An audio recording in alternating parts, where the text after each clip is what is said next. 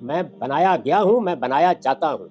میرا بنا ہوا ہونا، میرا مخلوق ہونا، یہ ایک وجودی حقیقت ہے، یہ کسی استدلال کی محتاج نہیں ہے۔ اس کا مشاہدہ کیا جا سکتا ہے، اس کا مشاہدہ ہم کرتے ہیں۔ اس وقت ہم نے اس پورے پروسیس کو، انسان کے بننے کے پروسیس کو اپنے کیمروں میں قید کر لیا ہے، ہم ہر وقت اس کو دیکھ سکتے ہیں۔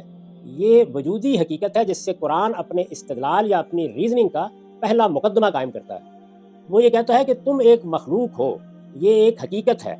میں نے عرض کیا تھا کہ حواس کے ذریعے سے جو وجودی حقائق ہمارے علم میں آتے ہیں، ان کے بعد دوسرا ذریعہ علم نظر و استدلال ہے۔ تو قرآن ہمارے سامنے یہ سوال رکھتا ہے کہ جب یہ حقیقت ہے کہ تم مخلوق ہو، تو عقل کہتی ہے، وہ تقاضا کرتی ہے کہ اگر تم مخلوق ہو تو تمہارا کوئی خالق ہونا چاہیے۔ خالق ہونا چاہیے، نہ کہ خالق ہے۔ یعنی عقل تقاضا کرتی ہے کہ جب تم مخلوق ہو اور تمہارا مخلوق ہونا ایک وجودی حقیقت ہے، تو پھر نظر و استدلال اس بات کا تقاضا کرتے ہیں، اس کو لازم کرتے ہیں، اسی طرح لازم کرتے ہیں جس طرح سیب کا گرنا اس بات کو لازم کرتا ہے کہ کوئی قوت اس کو زمین کی طرف کھینچ رہی ہے، اسی طرح تمہارا مخلوق ہونا اس کو لازم کرتا ہے کہ تمہارا ایک خالق ہے۔ اس سوال کے دو جواب جب سے علم پیدا ہوا ہے اور ہم علم سے متعلق ہوئے ہیں، دو جواب دیے گئے ہیں۔ اس کا کوئی تیسرا جواب آج تک نہیں دیا جا سکتا اور نہ دیا جا سکا ہے۔ اس کے دو ہی جواب ہیں۔ یہ سوال قرآن نے سامنے رکھ دیا ہے اور پھر یہ پوچھا ہے کہ اب بتاؤ کہ جب تم مخلوق ہو اور تمہارا خالق ہونا چاہیے تو خالق کون ہے؟ تو میں نے عرض کیا کہ اس کے دو ہی جواب دیے جا سکے ہیں۔ ایک یہ کہ انسان کا خالق یہی کائنات ہے، یہی عالم ہے، یہ ہمارے گرد و پیش کی کائنات، یہی میری آپ کی ہر چیز کی خالق ہے، یہی خلق کر رہی ہے، یہی ہمیں وجود میں لا رہی ہے۔ اور دوسرا جواب یہ ہے کہ اس کائنات سے ماورا ایک ہستی ہے جو علیم ہے، حکیم ہے، زندہ ہے، قائم ہے، وہ اس کائنات کی خالق ہے۔ پہلی چیز مشاہدے ہی کا امتداد ہے، یعنی جب میں اپنے آپ کو زمان، مکان اور مادے، ٹائم، سپیس اور میٹر میں گھرا ہوا دیکھتا ہوں تو ایک فوری استنباط یہ ہوتا ہے کہ یہ کائنات ہی میری خالق ہے۔ اس وقت کا علم، فلسفہ، الہاد، سب کا استدلال یہی ہے۔ مختلف لفظوں میں اس سوال کا جواب، سوال بالکل درست سوال ہے، ہمیشہ سے رہا ہے۔ انسان مخلوق ہے، اس کا خالق ہونا چاہیے۔ گویا سوال میری ذات سے اٹھتا ہے۔ اس کا جواب میں نے آپ سے عرض کیا کہ جو قریبی مشاہدہ دیتا ہے وہ یہ ہے کہ کائنات ہی میری خالق ہے، آپ کی بھی خالق ہے۔ اور دوسرا جواب پیغمبروں کی دی ہوئی خبر ہے۔ یہاں سے ہم علم کے تیسرے ذریعے میں داخل ہو جاتے ہیں۔ پیغمبروں کی دی ہوئی خبر، یعنی پہلے دن سے انہوں نے یہ کہا کہ ہمارے ساتھ اس کائنات کے خالق نے رابطہ کیا ہے اور ہمارے ساتھ بات کی ہے اور ہمیں یہ بتایا ہے کہ ہم تمہیں یہ خبر دے دیں کہ اس کائنات کا اور تمہارا ایک خالق ہے، وہ حی اور قیوم ہے، زندہ اور قائم ہے، علیم و حکیم ہے، وہی تمہاری پروردگاری کر رہا ہے، اس کائنات کا پورا نظم بھی وہی چلا رہا ہے اور اسی نے اس کو خلق کیا ہے۔ یہ خبر کے ذریعے سے ملنے والا جواب ہے۔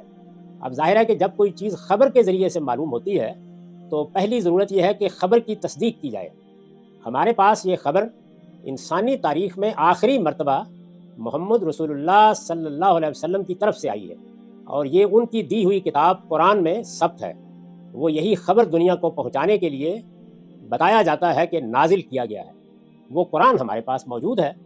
تو قرآن مجید نے انسانی علم کے مقابل میں رکھ کر یہ بتایا ہے کہ انسانی علم کے یہ تین لازمی خصائص ہیں، وہ ان سے ماورا ہے، اور جب وہ ان تینوں چیزوں سے ماورا ہے تو وہ انسان کا کلام نہیں ہو سکتا، اور جب وہ انسان کا کلام نہیں ہو سکتا تو وہ پھر ماورا کی، اس کائنات سے باہر کی خبر لے کے آیا ہے۔ اور وہ خبر یہ ہے کہ تمہاری عقل نے جو فیصلہ کیا تھا کہ تمہارا ایک خالق ہونا چاہیے، اس کا جواب یہ ہے کہ وہ خالق ہے، وہ اس کائنات سے ماورا ہے اور وہ علیم و حکیم ہستی ہے۔ تو یہ قرآن کے استدلال کا یا اس کی ریزننگ کا خلاصہ ہے۔ اس میں نے اس خبر کی تصدیق کے ذریعے میں جو تین بنیادی دلائل قرآن نے بیان کیے ہیں ان کو چھوڑ دیا ہے۔ وہ آپ پوچھیں گے تو میں عرض کر دوں گا۔ خلاصہ میں نے عرض کر دیا کہ قرآن اپنے مقدمے کو ثابت کرنے کے لیے استدلال کا یہ طریقہ اختیار کرتا ہے۔ خلاصہ یہ ہے کہ میرا وجود ایک حقیقت ہے، میرا مخلوق ہونا ایک حقیقت ہے، یہ میرے حواس کا علم ہے، میں اس کا انکار نہیں کر سکتا۔ جب میں مخلوق ہوں تو عقل کہتی ہے کہ میرا خالق ہونا چاہیے۔ عام طور پر دنیا میں علم نے اس کا جواب یہ دیا ہے کہ یہی کائنات میری خالق ہے۔ پیغمبروں کی خبر یہ ہے کہ یہ کائنات اور خود تم دونوں ایک ماورا ہستی کی مخلوق ہو، وہ تمہارا خالق ہے اور وہ علیم و حکیم ہستی ہے، اور اس خالق نے یہ قرآن نازل کیا ہے اور 3 بنیادی معیار بتا دیے ہیں جن پر پرکھ کر تم عقلی فیصلہ کر سکتے ہو کہ یہ کسی انسان کا کلام نہیں ہو سکتا۔ جب یہ کسی انسان کا کلام نہیں ہو سکتا تو یہ خدائی کلام ہے، اور یہ اس کی تصدیق کرتا ہے کہ اس کائنات کا ایک خالق اس کائنات سے ماورا ہے اور وہ ایک زندہ ہستی ہے۔ یہ قرآن کے استدلال کا خلاصہ ہے۔ سیکنڈ کویشچن اسی طرح سے ریلیٹڈ ہے کہ اگر خدا ہے تو وہ باڈی ہے، وہ سول اور باڈی دونوں اس کی ایگزسٹنس کیسی ہے، اور اسلامک اسکرپچرز کے اندر خدا کے کون سے ٹریٹس؟ سب سے پہلے تو یہ جان لیجئے کہ اس دنیا میں ہمارے علم کی ایک حد ہے۔ وہ حد یہ ہے کہ یا وہ چیزیں ہم سمجھ سکتے ہیں جو ہمارے حواس کی گرفت میں آ سکتی ہیں، اور یا ان کی مثال دے کر ہم کسی چیز کا تصور قائم کرتے ہیں۔ ماضی، حال، مستقبل میں ہمارا سارا علم یہی ہے، یہاں تک کہ اگر کوئی خبر بھی دی جائے اور ہماری دنیا میں اس سے کوئی مماثل چیز، ملتی ہوئی چیز نہ ہو تو ہم اس کا ادراک نہیں کر سکتے۔ چنانچہ قرآن نے خدا کی ذات کے بارے میں یہ بتا دیا ہے کہ اس دنیا کی کسی چیز سے اس کی تمثیل نہیں دی جا سکتی، لیسا کمثلہ شیء، لہٰذا ذات کے بارے میں وہ کوئی معلومات نہیں دیتا، اور اس لیے نہیں دیتا کہ ذات انسان کے علم کی گرفت میں آ ہی نہیں سکتی۔